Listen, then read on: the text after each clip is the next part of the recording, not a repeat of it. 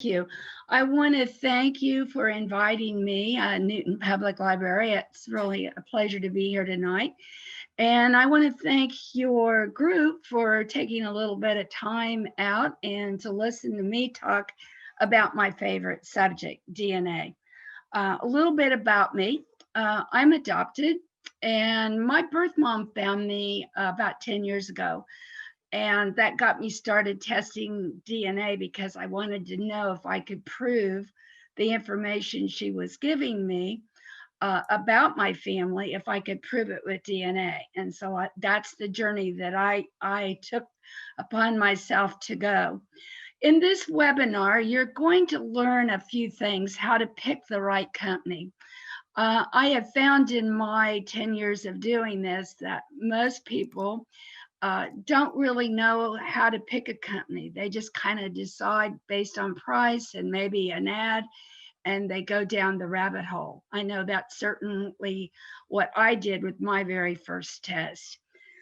We're going to learn about what DNA means and how it can really help you with your genealogy research.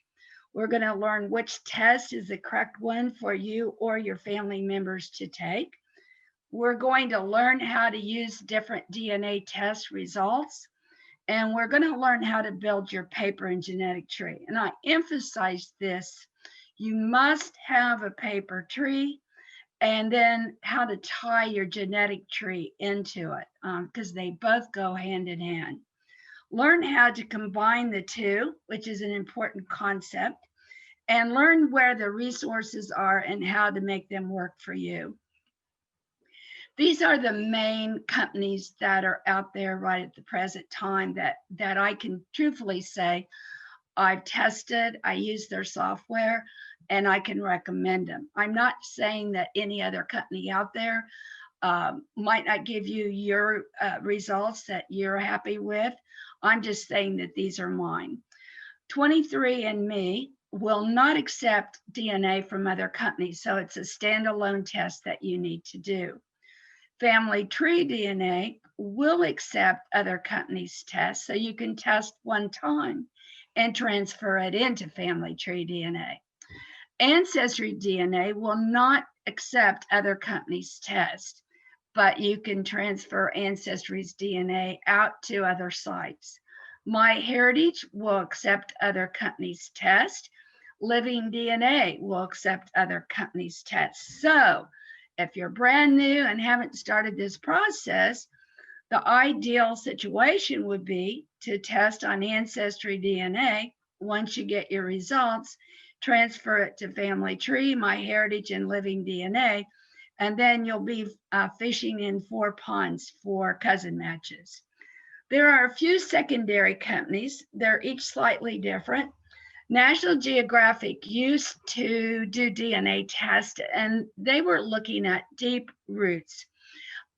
If you have tested with that company, then you can upload your results to Family Tree DNA. In fact, it's the only place you can go with it because it's similar to a Y test, 25 markers, or an MTDNA.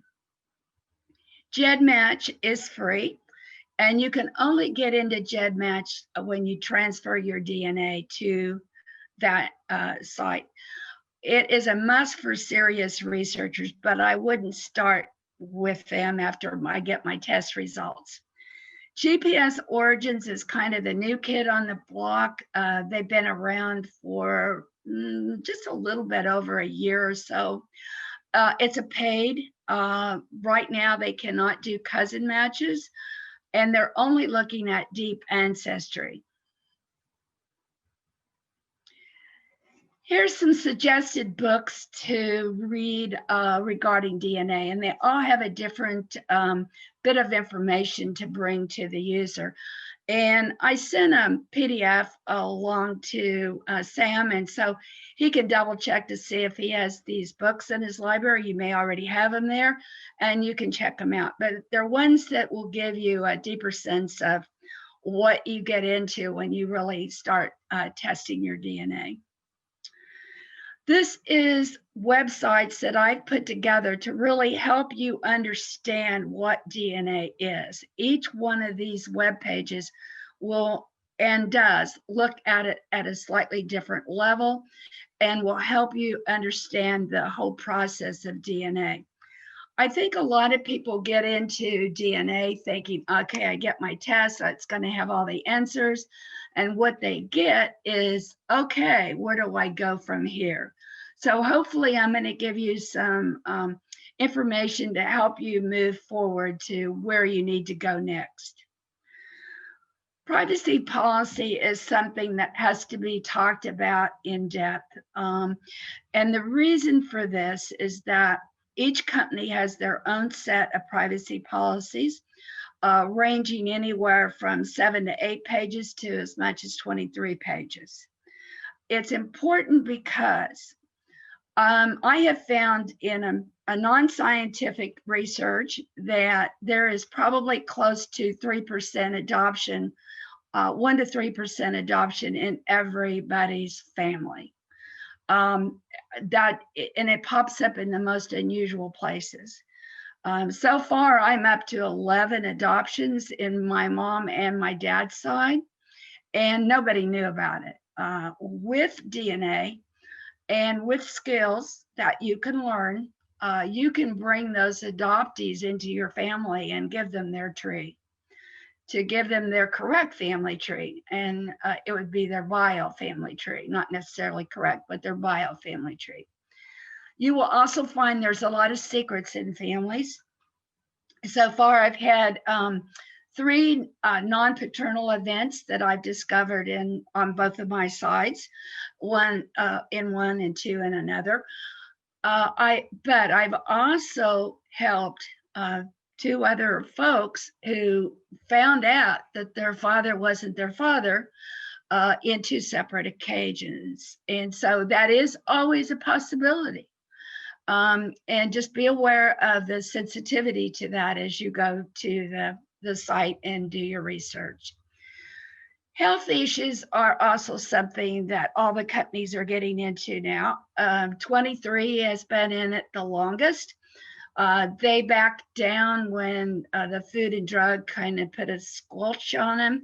But if you'll notice, all of the companies are coming out with their own variation of this. Be aware that the health issues you discover may not be what your family wants to know. Just be aware of it. Legacy plan, a lot of people start with DNA and they don't really think, what do I want to happen to my DNA after I pass away? And I can tell you from experience, if you don't have a legacy plan before you die, the DNA companies are not going to give your DNA away to anyone, including your daughter or your son. So you really need to have that legacy plan in place. Each company has their own system, their own forms, their own ways of doing it. So you do need to research that. You need to trust the results. And I ask you, should you? And hopefully by the time we get through tonight, I can kind of answer that question. Your email. I am going to suggest that you have a unique email that you make that doesn't identify your first or last name or anything about you. I recommend Gmail simply because it does encrypt the email that you send back and forth to your matches. Your name, of course, has to be used, but every site has the ability that you can give yourself a nickname. I suggest that you don't just use initials. It doesn't matter what you have, and you can use initials, but for example, if you happen to be Ann Smith, and there's an Anthony Smith and so you would have the same initials, AS. It gets very difficult when you're sorting your DNA to not really know exactly who you're matching, which AS were you dealing with. So it's important to have a unique name that can be identified. Your age, never put your birth date there. You can use the year, but not the month and the date. Your ethnicity should be shared because it's probably going to be changing every 5 to 10 years, if not sooner. Location of the family. I would not use anything less than the state. It's important to know the state because that can give clues. But to say like Newton, Kansas, I would not do that. The answers to these questions hopefully will come about as we proceed tonight. I call this the Y triangle. And this is everything your DNA is. Autosomal is the mixture of your mom and dad's DNA and how it processes through the software and the research systems. And they call it autosomal. And it's just a term that's used in that manner.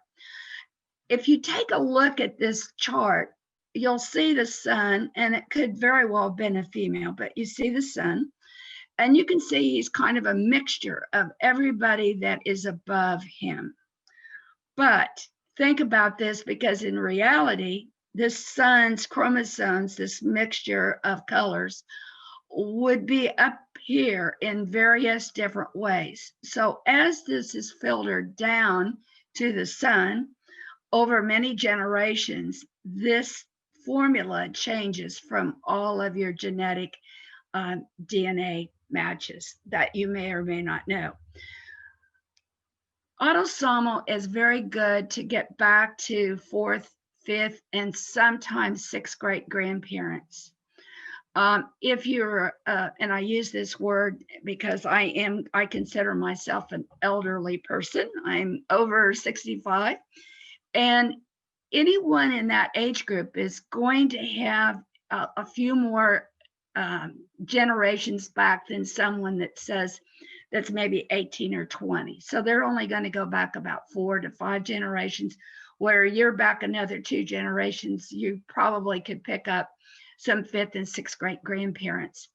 It's also important to understand the Y chromosome. This is only processed and passed on from great grandfather to father, and you can see it here to the son. It is only passed to the son, and this Y chromosome can go back thousands of years. Usually there can be some changes on it, maybe about every couple hundred years, but more about that later. Here is your maternal DNA line, and this is only mother to mother to mother. And the interesting thing about this, the mother passes her MTDNA, the maternal DNA, these little circles, to her son, but the son cannot pass it on to any of his family. On the other hand, if the son was a daughter, the daughter can pass this mtDNA to her son and to her daughter. So this is your mtDNA, and it only comes from the mother passing it in the unique way that she does. And the YDNA, the father, is passed from son to son to son to son.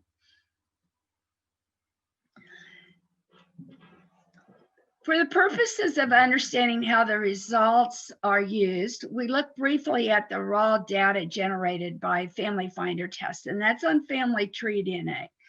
But when I say Family Finder, I'm replacing it with autosomal.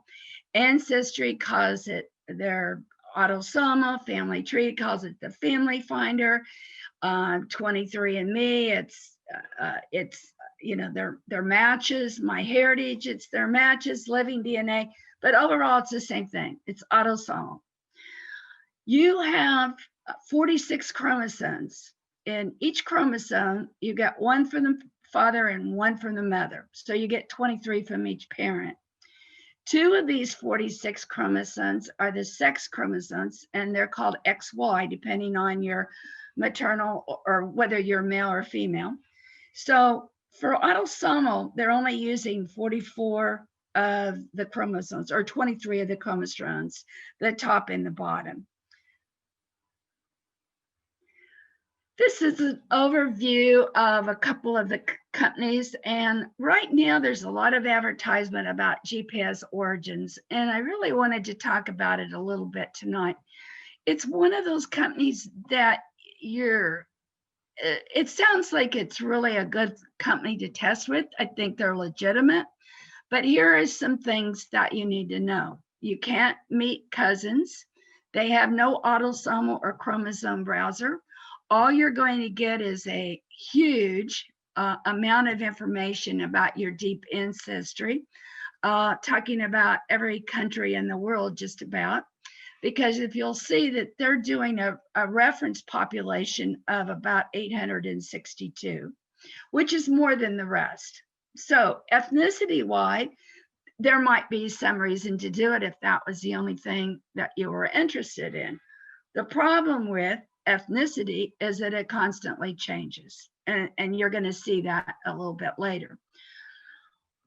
So at this point, I would not recommend it unless you just want to do it to see what happens. One of the things I don't like about GPS Origins, and in fact, it's the only company that doesn't allow you, after you've tested with them, to download your results. So when you put your DNA there, they own it. You're not getting it back. All these other companies, you can test with them, but you own your DNA and you can take it down anytime you want.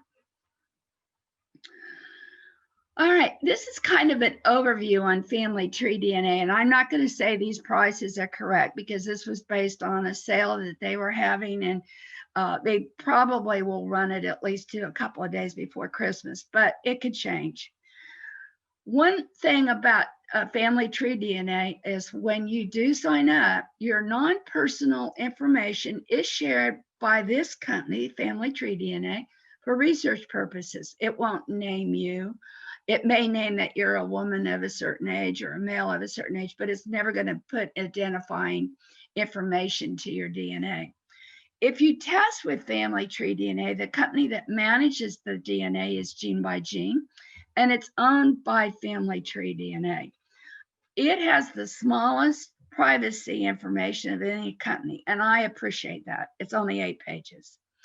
The Family Finder autosomal DNA is about $59 right now, the YDNA, and I'm going to tell you, if you're a serious researcher with the Y and you've got this elderly male that is a line that you want to research, $379 is the best bargain you could possibly have. I know it sounds like a lot of money, but a lot of information can be had from that. Your MTDNA, and you want to, if you're going to do it, you need to do the complete, because that's going to give you the coding area and 2 tests that go along with this. Family Tree DNA does have a chromosome browser, and that's a must too, and I think you'll figure this out in a little bit. But one of their negatives is that you really have to watch for smaller centimorgan matches on your DNA. They can go down and they count 1 centimorgan, 3 centimorgans, 5 centimorgans, and none of the other companies do this. So you're going to have a lot more matches that are not really matches. Everyone is always interested about ethnicity, and I'm going to give you a breakdown here as we go through this tonight, how each of them look at my unique ethnicity and what they come up with.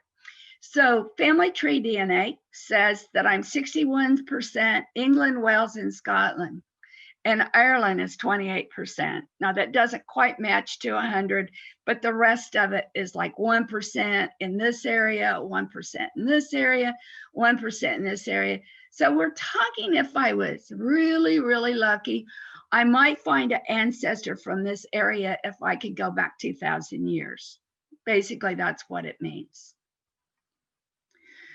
This is an overview of the ancestry, ethnicity that all the companies have given me. So I kind of wanted you to just look at it. And you can see that Ancestry, I just showed you Family Tree DNA. Ancestry says I'm 40% England, 37% Scottish, Ireland 20%, 3% Sweden. They don't mention any of the other areas. Then My Heritage says, okay, we're going to break this down a little bit more and throw some more things in there. So they're saying I'm 7% Asia, 42% English, Scottish, Irish, and Wales, 3% Scandinavian, 15% Iberian. That's interesting. Okay, so now I can go to 23andMe. English, Irish, French, German, Scandinavian, Northwest Europe. So then you can kind of see how that gets to be. Okay, so what is my real ethnicity? So I always tell people to play with it, but don't get sold that this is wrong or this is right. It keeps changing. This is what the Family Finder chromosome browser looks like. And I'm pointing this out in for several reasons. This is set at 3 centimorgans right here. And do you see all these little bits of DNA that I share with these 3 matches? I can tell you that none of these little matches mean absolutely nothing. This is the only area that I would be looking at. So 1 chromosome, but this site doesn't tell me whether that's my mother or father line. It doesn't tell me of anything except that they're sharing this much DNA with me on 13. I don't know whether it's from my mom or my dad. Those are questions that I have to use their system to figure it out. So if I give you, I'm sorry, I'm having a little problem with my mouse. It's getting up into the screen where I don't need it. You can kind of, when you do DNA, you're going to have a couple of charts to have handy, because otherwise it gets, unless you have a photographic mind, it's going to be difficult to remember all of it. If I have a mother or father tested, it should be around 3,400. If it doesn't come back in this range, then whether you want to admit it or not, that person is not your mother or father. Full siblings run about 250 or 2,050 or 2,500 are full siblings. And you can see here it gets even a little more confusing. If you have a grandparent, a grandchild, an aunt or an uncle or a niece or a nephew or have sibling, they're all going to share about 1,700.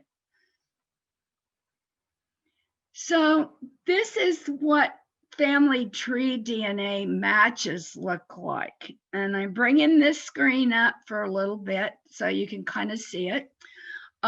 This is my mom, and you can see that she is sharing 3,383. Remember, it said 3,500, so we have a few centimorgans missing. So the question is, why? Okay, several answers. It could be that during the transfer of the data from one company to another, which is what I did, that some of the transfer data didn't upload correctly to family tree DNA. Not a big deal. It still says she's my mother, and it is correct.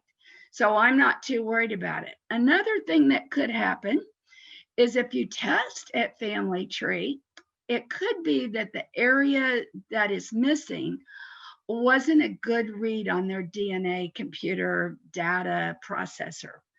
And so that's another reason. And there is actually a third reason. It could be that your mother and father, somewhere back 400 or 500 years, have a shared ancestor that you haven't found yet. So all 3 of those solutions or answers could be the reason why when you test your mom or dad that it's not a full 3,500. So you can see here's the problem. Is this a full, half, grandmother, granddaughter? So here again, you're going to look at ages and kind of make that determination. And you can see that both of these are sharing at about the same amount, 1,965. Both of these happen to be my half siblings.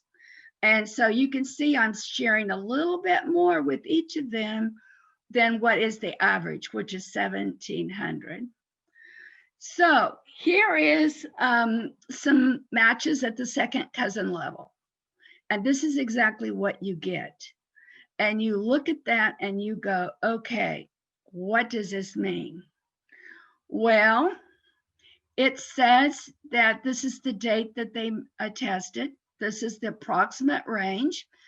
I don't know how I relate to this person. None of these people have trees. If they had trees, it would be lighted up with blue. So it would look blue. So they all share about the same amount of DNA. So let's say we'll average it at about 55. So this is another chart you're going to need to see where those folks might fit into your DNA or your genetic tree. So we're looking at about 55 centimorgans, and you can kind of see that the line starts about at fourth great grandparent to great grandparents, or yeah. And this is going to kind of go up in this manner.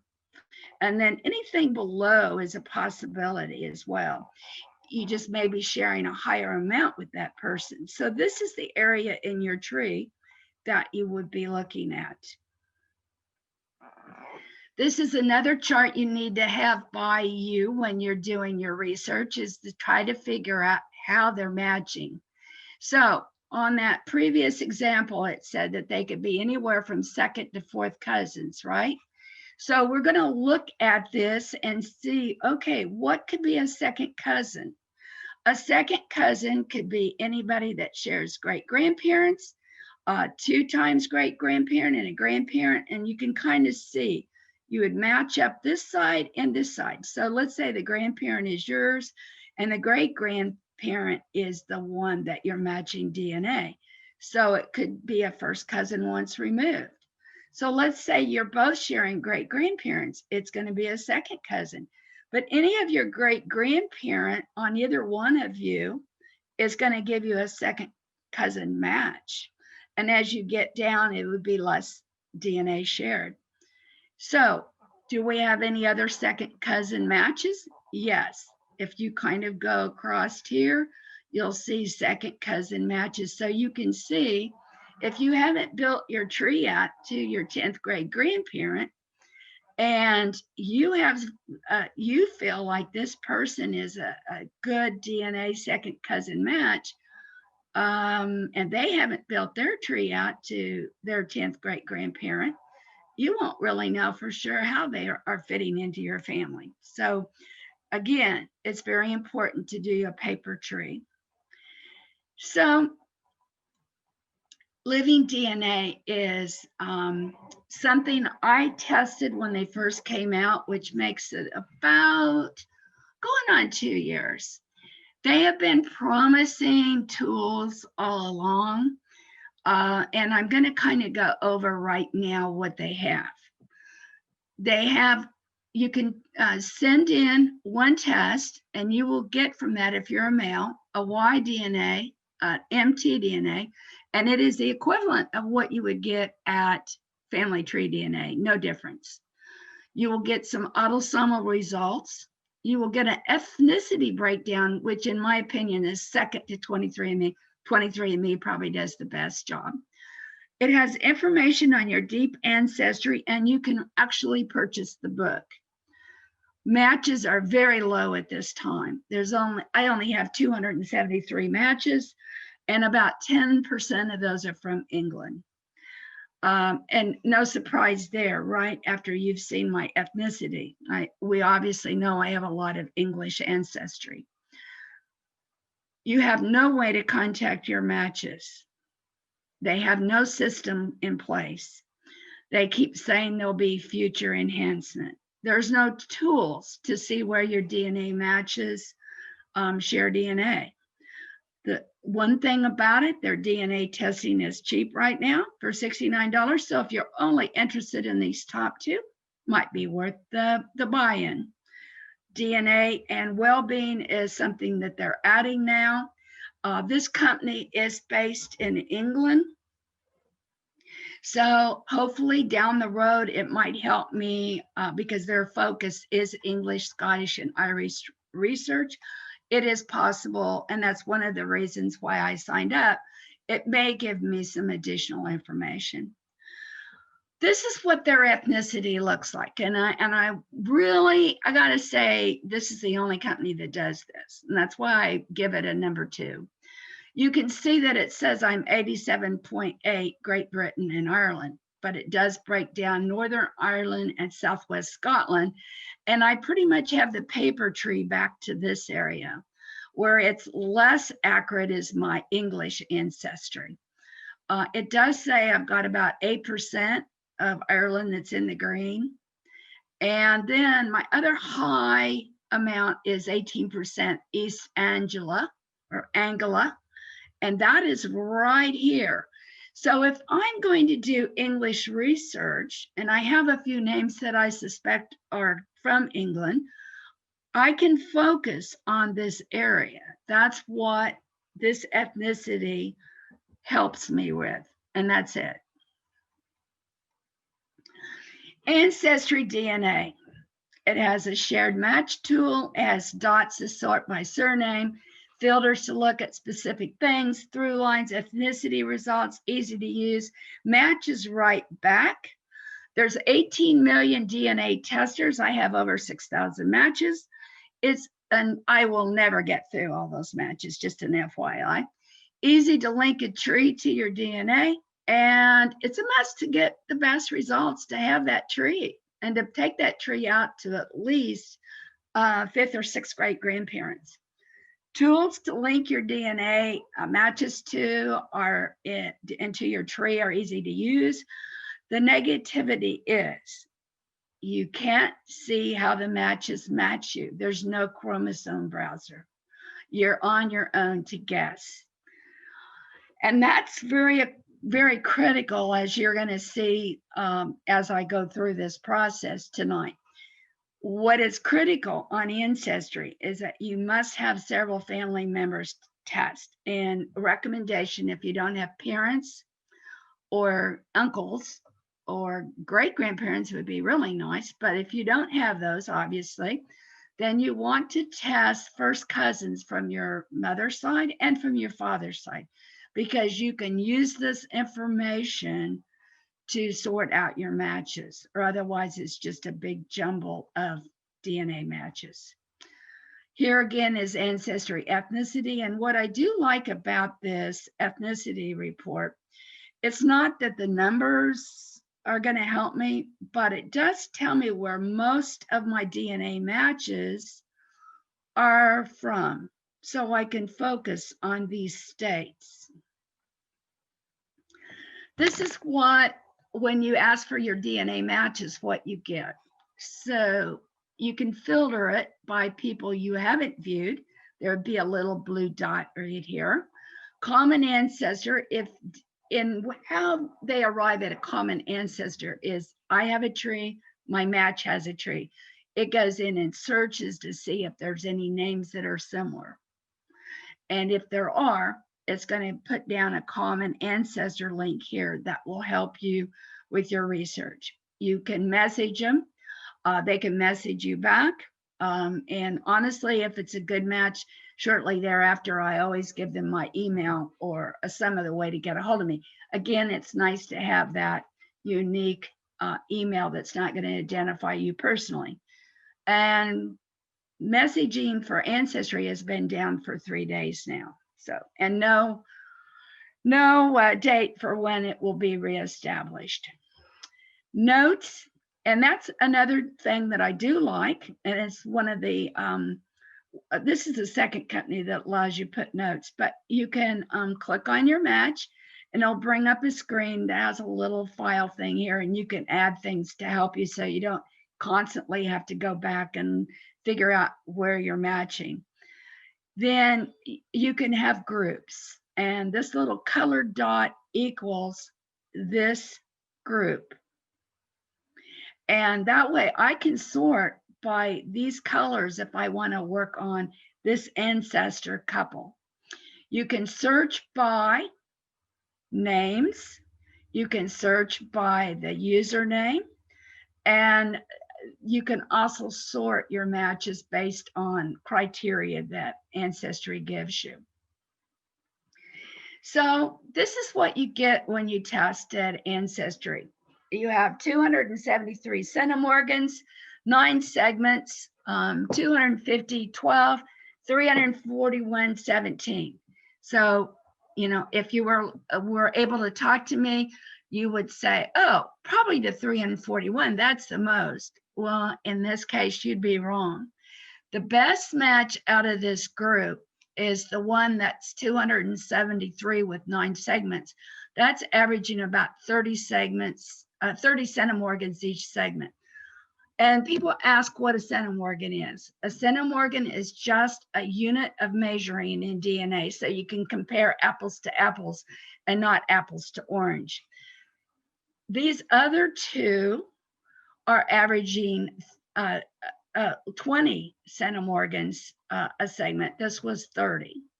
So this is the match that out of these 3 that I would go after first.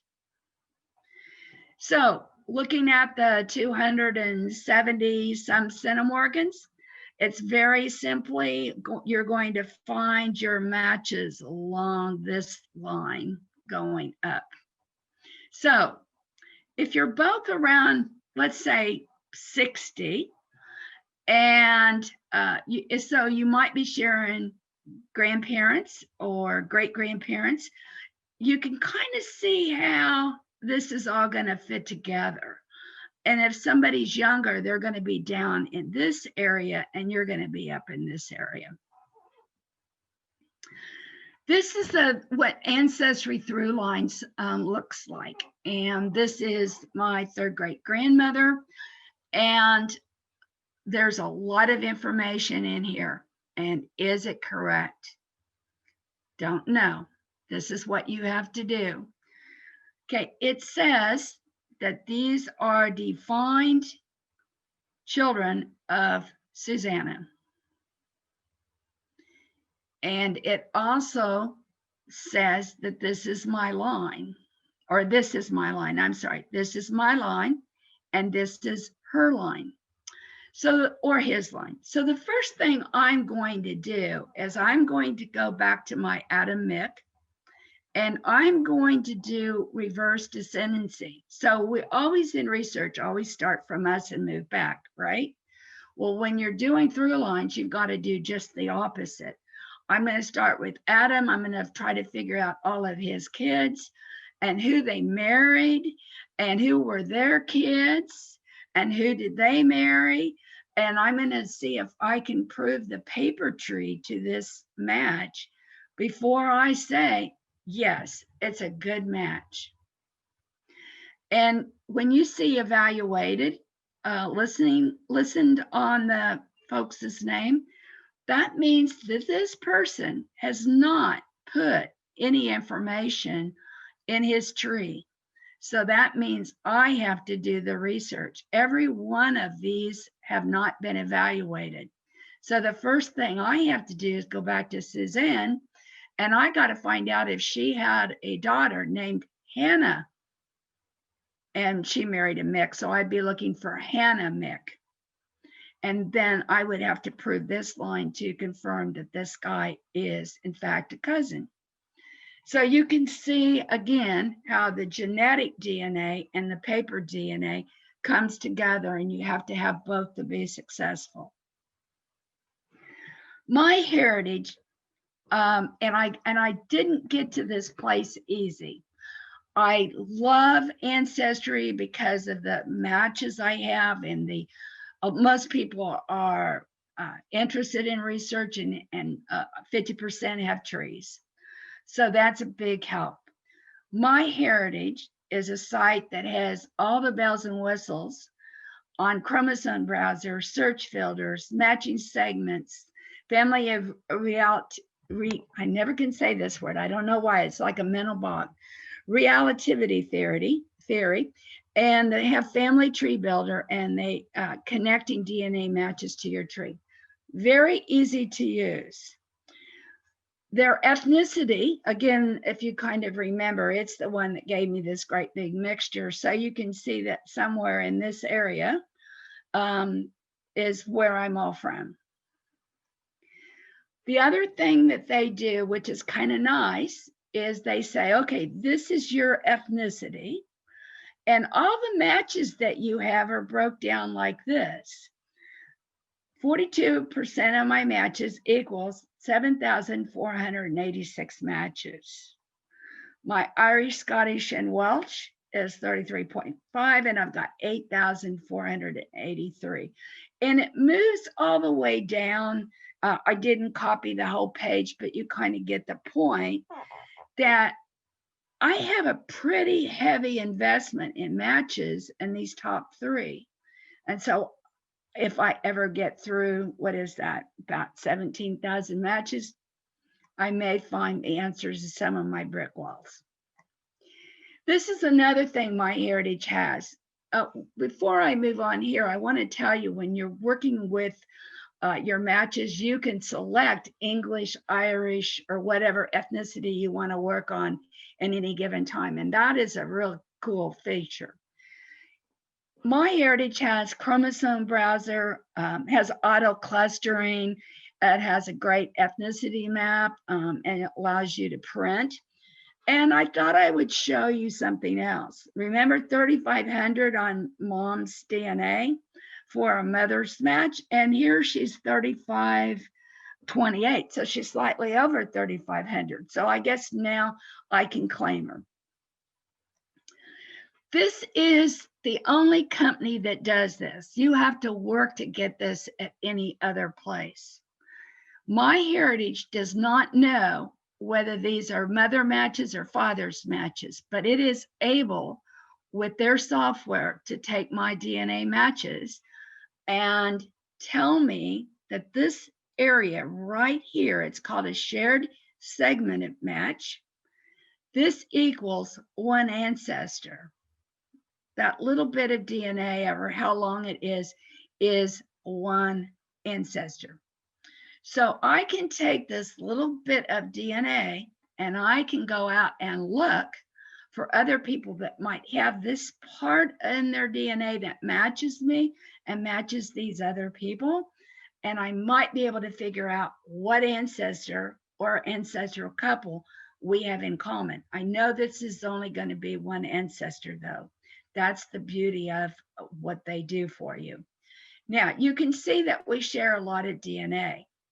And for a segment match, you have to have 3 people matching exactly the same. So this isn't necessarily a segmented match, only this. 23andMe does a very good job in providing medical information if that is your interest. Just be sure you read their policy, their privacy policy, and make sure you understand it. It has what I consider the best ethnicity tool. It has a chromosome browser, has pages of privacy policies, trust me. And you have to contact each match.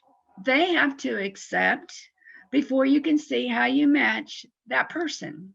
So you're kind of up in the air till all those things happen. But this is what the ethnicity chart looks like for 23andMe. And as you can see, this is at 50% accuracy. They have a slider so you can pick. And this says at 50% accuracy, this is how they break down my chromosomes on whether and where I got them. So if I want to look at the Scandinavian part, trying to find that unique ancestor, I can figure it out from where I have the very dark Scandinavian code. So this is at 90% accuracy. So basically all they're going to say is that I've got 20.5% British Irish, 1.5% French German. Mostly I'm Northwestern Europe, and 61% is broadly Northwestern Europe, which means it could have come from anywhere. So when you look at accuracy, this is accuracy. This is all that any company can really give you at this point. And that's why I said, I trust what I get at 23andMe. They show me. So my paternal sister is tested, and this is her breakdown. And I kind of want to show you where her Irish and English breakdown is.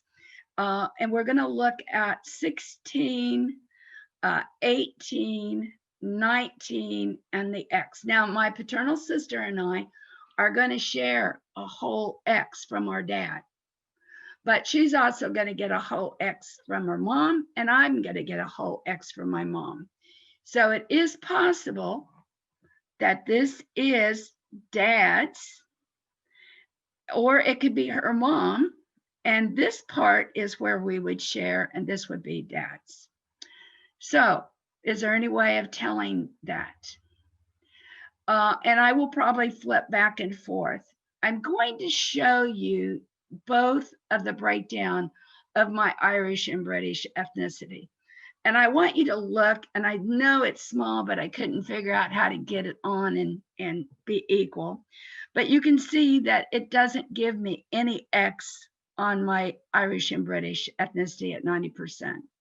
Nothing at, I don't have anything at, I've got a little bit on 18, 16, it's in the wrong place. Hers was up here. So there's very little similarities. Let's go back and look at 21 and 22. So she didn't have anything there. So it's 19. So do I have anything at 19? No. So you can kind of see at 90% accuracy, it's not so good.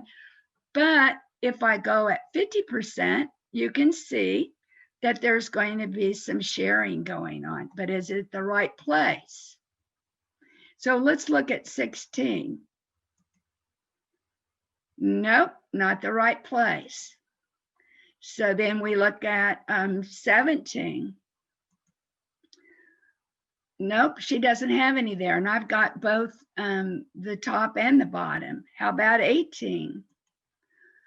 18, oh, we share a little bit. So out of all of that, between my half paternal sister and myself, this is the only little bit that we can absolutely say is Irish and English breakdown, and we share it, and it would be from my father's side.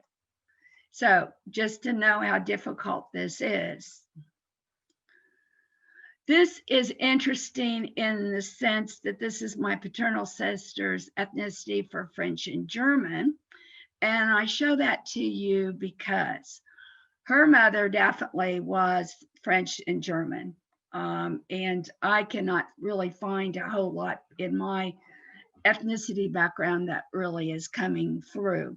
So I can make an educated assumption, and it is an assumption, that these areas are going to be fairly accurate. So when I help my sister do her paper tree, I can look at matches that might share this particular chromosome with her. One of the other things that 23andMe does, and this is why I'm telling you again, I think it's probably the best company to really give you your true ethnicity, and you can play with it. My sister has a Jewish gene. It is 9 centimorgans in length. It's right here. We don't share this DNA. And believe it or not, all of our paternal matches from our dad, none of them have this particular gene. There is a couple on her mother's side that do have it. And all of her matches from her mother's side that have Jewish ethnicity all have this same chromosome in common right there. That same might be longer, might be shorter, but it fits right into everyone. That's what they call endogamy. So does that mean I will ever be able to find the ancestor that represents? Because it probably is one ancestor. And the answer is probably no. We're probably looking at close to 700 years ago. This is what 23andMe match page looks at. And the more information you can put it in, the better your chances are that you might get somebody to respond to you. I've been on this site for 10 years. And I have only had 60 people that have allowed and answered and are sharing genomes with me. And that's what this is right here. When they finally give their consent, you get something that looks like this. So that's the only time you can see their DNA. Otherwise, you're getting something like this, 1 in a 15%. Now, there is a mathematical formula that can kind of help put that person in place, but they don't have a tree, they don't have any names, and you can click on it and it's a male, no name, and they might, 1 out of 100 times, might respond back and say, oh, my name is such and such, and then you might get a conversation going. But in reality, if you're going in for cousin matches there, unless they're really, really close, the chances, none of these folks, you can see I sent an invitation out a couple years back, still no response, no response. You do get a few. These are my top matches, so they're not anything to write home about. And I want to point out 1.15% and 98%. Where does that fit in the tree? That's why you need this chart. So if you can take a look here, we're down in the weeds. We're down around here. It could move up to this area, but it's not going to go past here. So this is the area of your matches that you're going to have to look in your tree. So you have to figure out who's a second cousin 2 times removed from all of your great grandparents. Although YDNA can be used to determine the relateness of individuals, it cannot directly determine the degree of a relationship. Simply put, you can find out how many years back, it might be 500, 700, that you're definitely a male YDNA match, but it's not going to tell you whether they're your 5th cousin or 6th cousin or whatever that might be. An MTDNA test, doing the complete, you have a little bit or chance of determining it if both women are determined to figure it out. And I did have the opportunity to work with such a cousin. We eventually discovered we were 4th cousins. We both had the same MTDNA, and I will tell you the story in a little bit. So we're going to talk a little bit about YDNA first. And this is your male line, haplogroup, and it keeps changing as you move up the testing. I've managed several Y tests, and I think on the RM269, which is 50% of Irish, English, Scottish, and some German, 50% are going to have that same haplogroup. So it was required that we go up to 700. We do finally have our little niche. We have a private haplogroup. And right at the present time, we have 4 people in that group. And 2 of them have the same last name and the other 2 don't. Now, should that be a concern? No. If you look back at history, surnames weren't something that you were born with. They were given based on maybe where you worked, where you lived, and various numbers of other things. And as we know, people change their surnames all through history. So the surname may not be the surname you're expecting, but you can be assured that they are on your male haplogroup tree. And one thing about Family Tree DNA and their Y project is they give you a great deal of projects to be part of to really help science, and it's well worth it.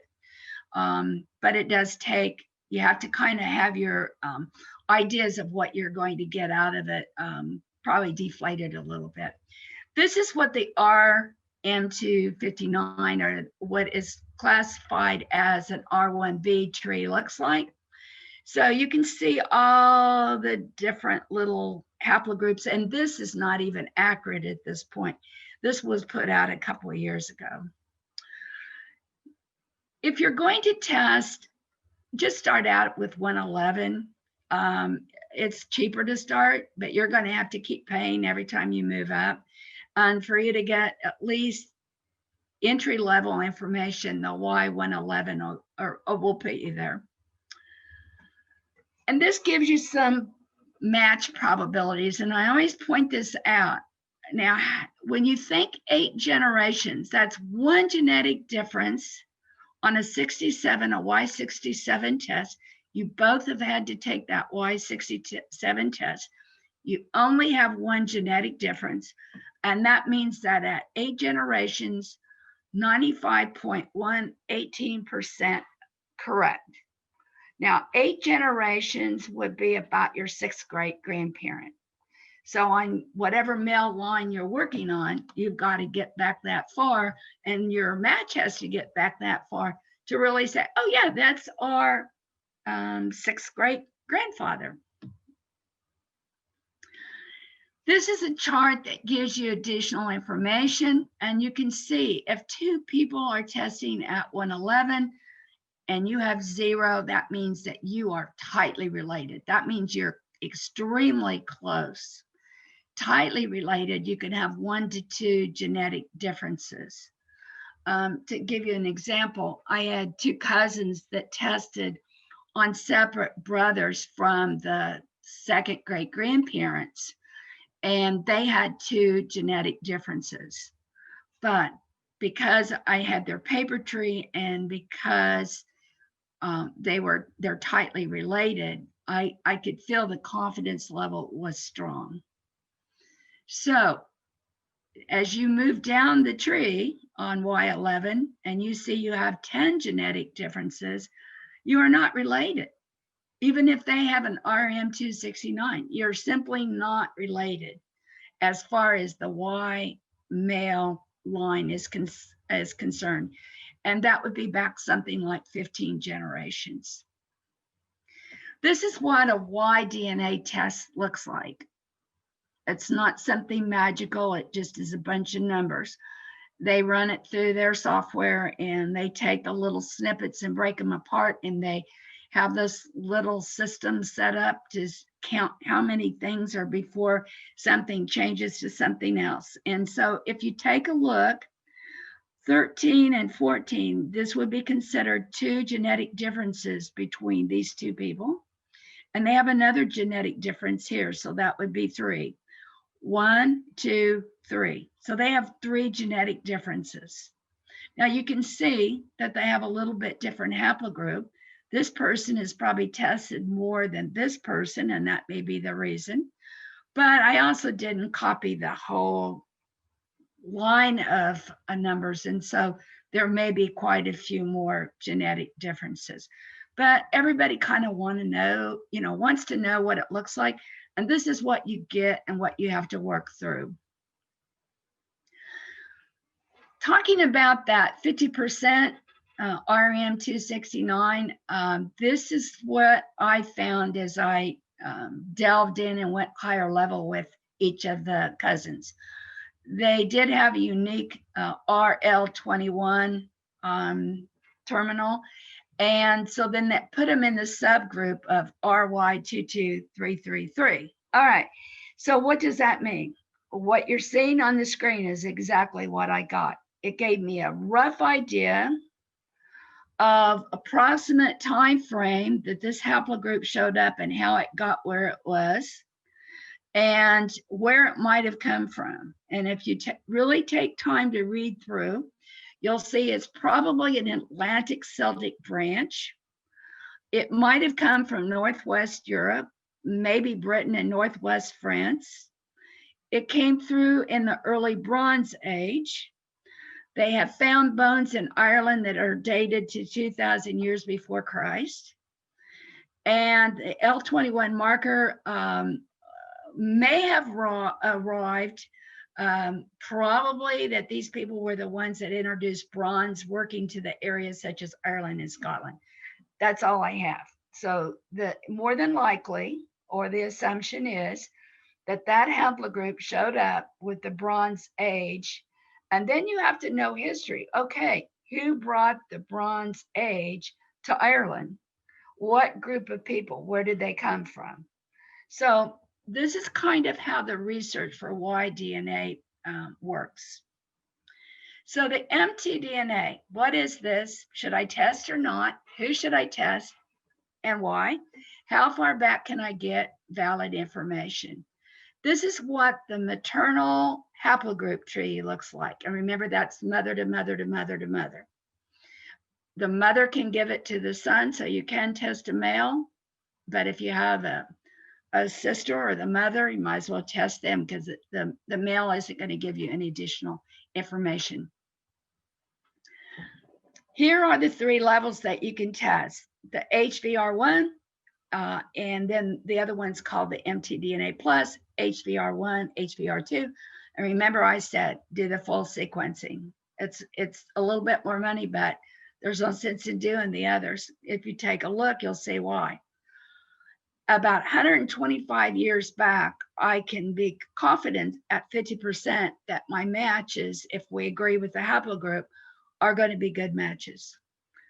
At 550 years back, I have a 90% accuracy of it being a good match. And that's basically 22 generations. This is what the MTDNA results look like. And you can see that this is mine. And when I got my test, I had a kit number, my name, and I encourage, don't be like this person. Whoever your oldest maternal line, mother to mother to mother, that you know for sure, put them there. And it helps if you put the country. We're still deciding, we think it's Ireland. That's our guess. And then these are my genetic uniqueness, you might say. Some people call them differences compared to the master MTDNA from Eve, which would be your H. So when you have differences, and these are, it puts you down the tree. So I started out as an H, then I become H1, then another genetic difference made me H1A, and then another one made me H1A1, and then another one made me H1A1B. And then they group all the people that have those few genetic differences into H1A1B. This is my cousin match that I was telling you about. She didn't have this in as well. There were only 3 of us in the beginning. And I immediately contacted her and I said, is it possible that we share a grandmother? And I threw out some names on my maternal line, because remember, on a maternal line, every generation is going to change. And so I gave her all the ones I knew. And she wrote back and she says, I have the same one, the Barton. And so we got together, and she and I did not share autosomal DNA. We figured that we'd be 4th cousins, and about 10% to 40% of 4th cousins will share autosomal. The 60% of us will not. And we were part of that 60%. We did not share autosomal. So we couldn't confirm in that manner. So we set up a test. I tested my mom. She tested a couple of cousins from the same line. And lo and behold, all my cousins matched my mom. Remember, she's another generation back. They all matched her. A few of her cousins matched me, but she and I never have shared DNA. But we were able to put together a family group of 4th cousins. My mom didn't know them. They lived in a different part of the country, and we've been able to share pictures and stories, and we have a Facebook page, and we have done DNA projects. And so it's been a real fun thing to happen. Is my experience unusual? Maybe, but it required a lot of hard work on 2 people. So here are places to go for different haplogroups. And I also have those in your handout.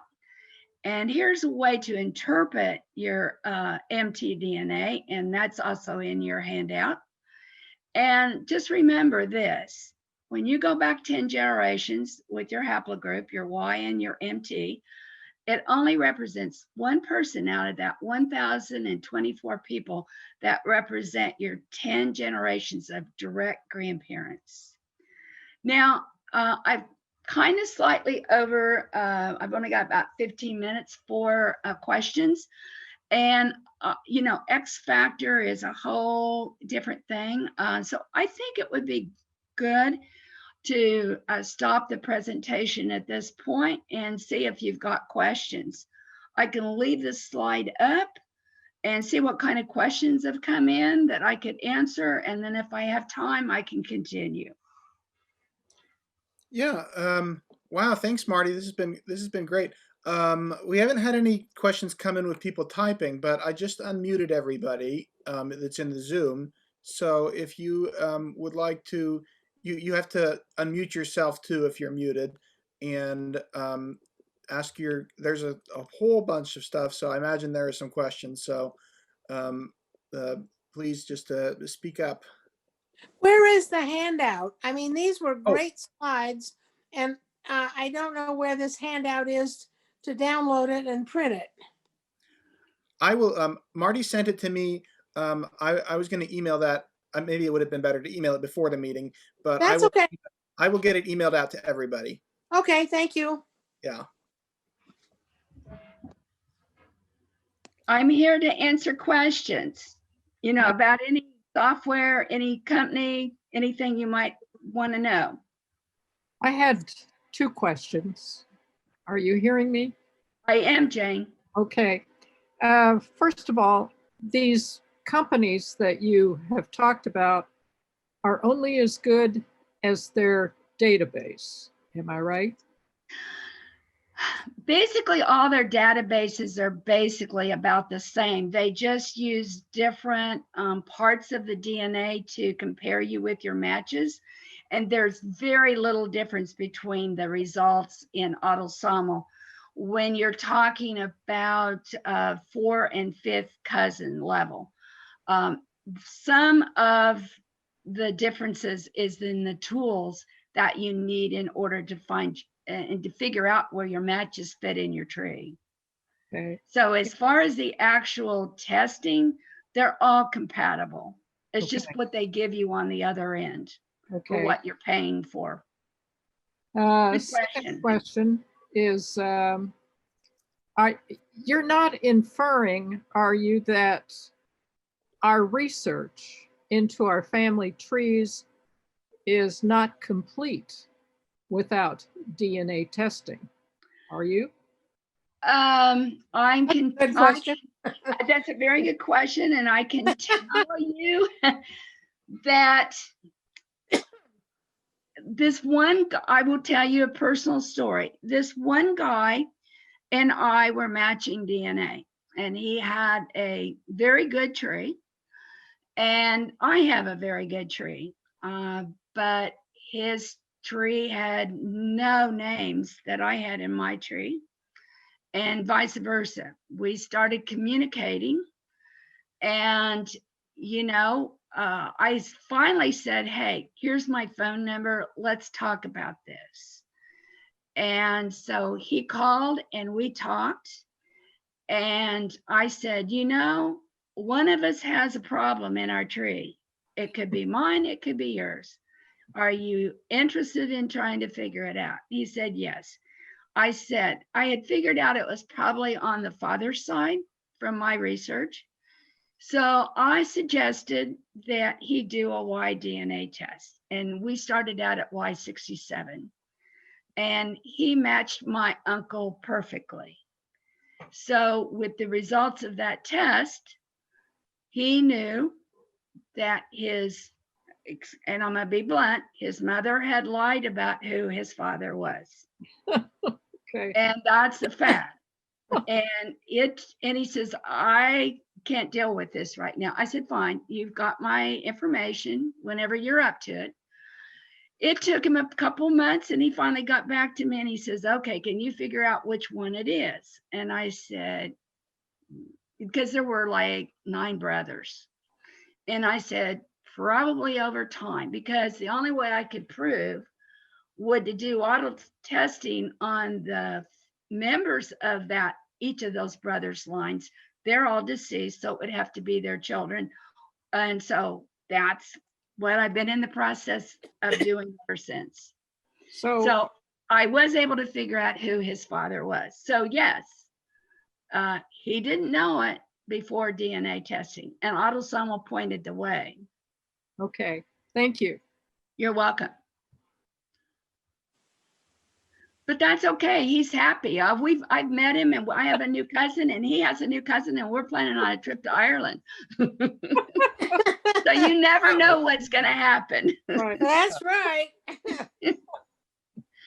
So I guess, I don't know if maybe before you even start down this path, think about, about what your reaction would, I mean, it's obviously for any particular person, it's extremely unlikely, but think about what your reaction would be and whether, it's a risk that it's a risk that you have to take into account probably, right? An emotional risk. Yes, and the books that I put on that list to read, and I know Sam will figure out if the library has it or how to get a hold of them, are stories, real stories about people that have started the journey and have found their story and how they handled it and what it meant.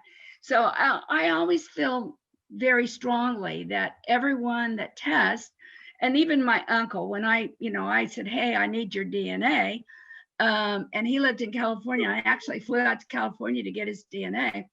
And I told him exactly what I thought. And he says, oh, let's do it.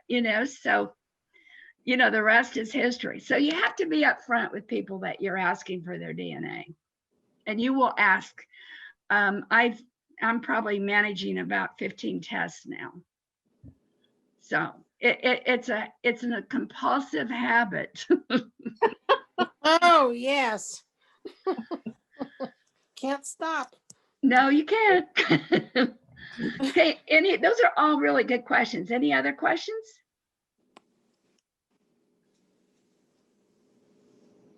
I was wondering if have you ever worked, and you mentioned that you're adopted yourself. I wonder, Yes. have you yourself, or have you worked with people that didn't know who their biological parents were and were successful in figuring that out with these tests? Yes. I have 25 adoptees that I've been able to bring into their families from all over the country. Yes, I have.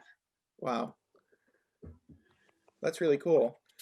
The research, and it's certainly not accurate. It's unofficial research that several of DNA genetic genealogists have put together.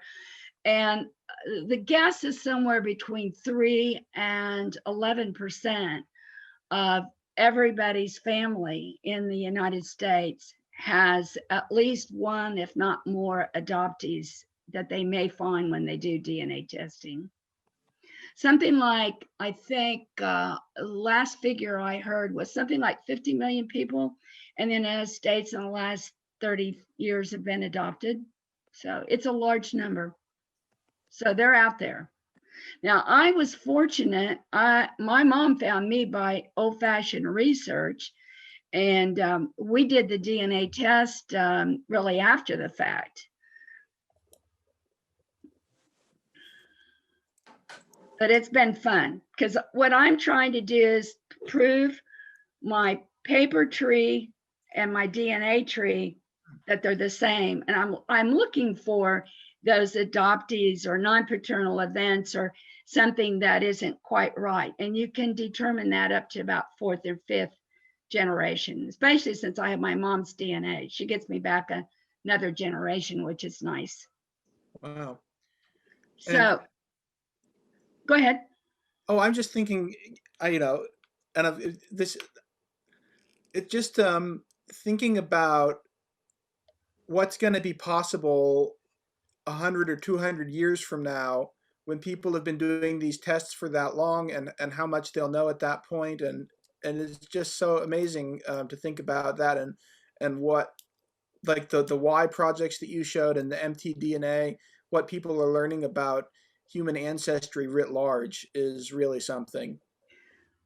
It is. It's and what you have to remember is that DNA itself is a relatively new industry as far as commercially, where everyday people are purchasing DNA kits. It's really only taken I can't think of the word I want to use. Has really expanded about 10 years ago. There were a few people that got in before, but, maybe 1,500 people. I mean, they were the researchers and, people that did scientific research like National Geographic and so forth. But it wasn't for the general population the way it is right now. One of the things that I learned about my MTDNA, and I don't have proof yet, but it's fitting together. Remember, I have that 3% Sweden, Scandinavian. Well, I really think from what I've been able to gather, that haplogroup I have would have originated in Denmark around 1,200 years ago. And how that person got into Ireland is anybody's guess. Did the Vikings bring it in? I don't know. Because remember that male would have had the mother's haplogroup, and he couldn't have passed it on. So it had to be a female that came over, or I don't know. I'm just saying. Huh. I'm still trying to find my Viking. Yeah. And maybe this would be a good time to mention the Topeka special interest group you're meeting online currently.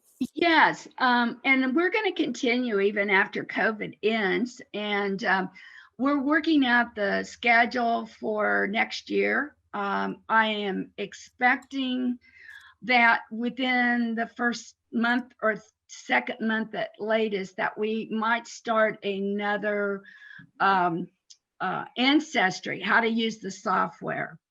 I spent about 6 weeks with the group this summer, taking the Ancestry system step by step and helping people know how to figure out their matches. And to give you some idea, each one of the software has a different way of finding your matches and how you need to do it.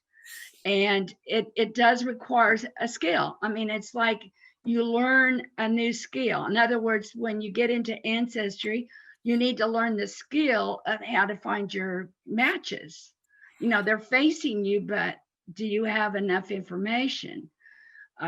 You're on Ancestry, it's very helpful to have, if you, obviously, both my parents are deceased now, but I was fortunate enough to get my mother's DNA. But if you don't have that option, and you don't have hopefully you have an older first cousin on your father's side and mother's side, you want to test those. They're going to give you all kinds of information, because you will be able to figure out whether it's on your mother's side or father's side. Otherwise, you're really just going by what their trees say and whether their trees have the correct information. As we all know, on Ancestry, you have 50% of the people that have trees, and maybe out of that 50%, you have 30% accuracy. That would be a raw number I throw out there. So yes, and you're more than welcome to join our SIG. We meet on the second Monday at 10 a.m. in the morning. And so I gave Sam my email, and I put it on that PDF that I sent to you. You'll find some pages missing on that PDF, and I had to remove those for privacy reasons. So, but the basic information that I presented is in that handout. And so just send me an email if you want to get on our list. And it's very informal. I send it out usually the day before the meeting. And either come or you don't come. You don't have to worry about it. If you're available, come. If you're not, don't come. But that's kind of how we do it. It's informal. We have usually 20 to 25 people each month that participate in the DNA. So you're more than welcome to come and learn. Besides, it keeps me busy. Yeah, that's And out of trouble. yeah, that's very cool. And I think one thing we can definitely take away is that there's so much to learn. I'm sure this is only scraping the surface. So Yes. so thank you so much. It's a whole new world that can open to us. Does anybody have any last questions before we let Marty go?